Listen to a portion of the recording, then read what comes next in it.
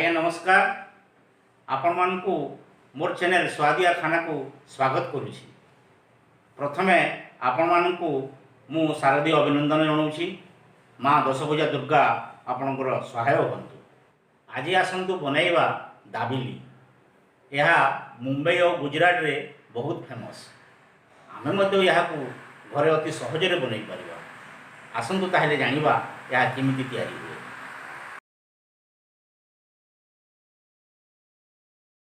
दाबेली बनैबा पई आगे ता मसला रेडी करिबा। ता पई गैस ऑन करी फ्राइंग पैन रे 3टी सुखा लंका देबा। तापरे ऐड करिबा पानमहुरी, दालचीनी, लवंग, जीरा और धनिया। यहाकू गोल्डन ब्राउन हेबा जाए भाजिबा। भाजी हेई आसिला बेलकू देखिबे यह फुटिबाकू लागिबो एवं मसलारू हल्का बास्ना मध्य आसीबो। देखंतु एबे यह भलरे भाजी हे गेलानी। याकू बेसी भाजिबा दरकार नहीं, कारण बेसी भाजिले पूरा पूरा लागिबो। एबे आमे पान रू काढ़ी याकू अल्प समय पई ठंडा याकू छाड़ी दबा। ठंडा हैला परे आमे ताकू ग्राइंड करि दबा। याकू दरदरा रखिबा, बेसी फाइन गुंड करिवानी। एबे हमरो दाबेली मसला रेडी हो जाइछि। नेक्स्ट आमे फ्राइंग पैन रे 2 चमच तेल दबा और जीरा फुटैबा। जीरा फुटिला परे आधा चामच हिंगु, कटा अदा, कंचा लंका और कटा प्याज देबा। यहाकू भाजिबा और आधा चामच हल्दी पाउडर देई भल भाबरे मिसैबा। तापरे ऐड करिबा पूर्वरु तैयारी करिथिबा दाबेली मसला। एबे यहाकू किछि समय पई भाजिबा। ध्यान देबा यहाकू जेमिति बेसी समय भाजिबानी।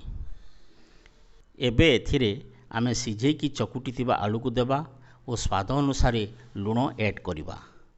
अल्प टिके पानी देई यहाकू 2-3 मिनिट पई छाड़ी देबा।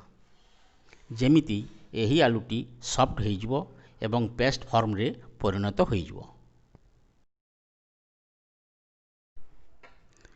एथिरे एबे फ्रेश धनिया पत्र ऐड करिबा और यहाकू काढ़ी देबा। एबे आमे पान रे घियो देई पाव ब्रेड को मझिरे काटी हल्का भाबरे फ्राए करि दबा।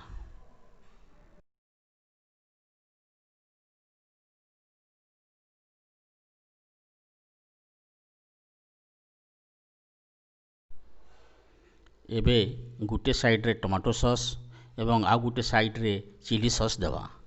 यहाँ उपरे आलूर मिक्सचर को देई दबा। नेक्स्ट ता उपरे कटा प्याज और भजा होइथिबा मसला बादाम को देबा। आपण माने सहजरे मार्केट रे मसला बादाम किनी पारिबे। लास्ट रे निमकी सेव देबा, जोटा कि यहाकू क्रंची करि थाए। एबे पाव ब्रेड रो 2 साइड को बंद करि दबा। देखंतु दाबेली हमरो एबे खाइबा पई प्रस्तुत हो जाइछि। मोर ए रेसिपीटी आपण मान को निश्चय भलो लागिथिबो। आपण माने मोर रेसिपीटी को लाइक करंतु एवं बंधु मानक भितर शेयर करंतु एवं मोर चैनल को सब्सक्राइब करी साइड रे थिबा बेल आइकन को क्लिक करंतु। धन्यवाद।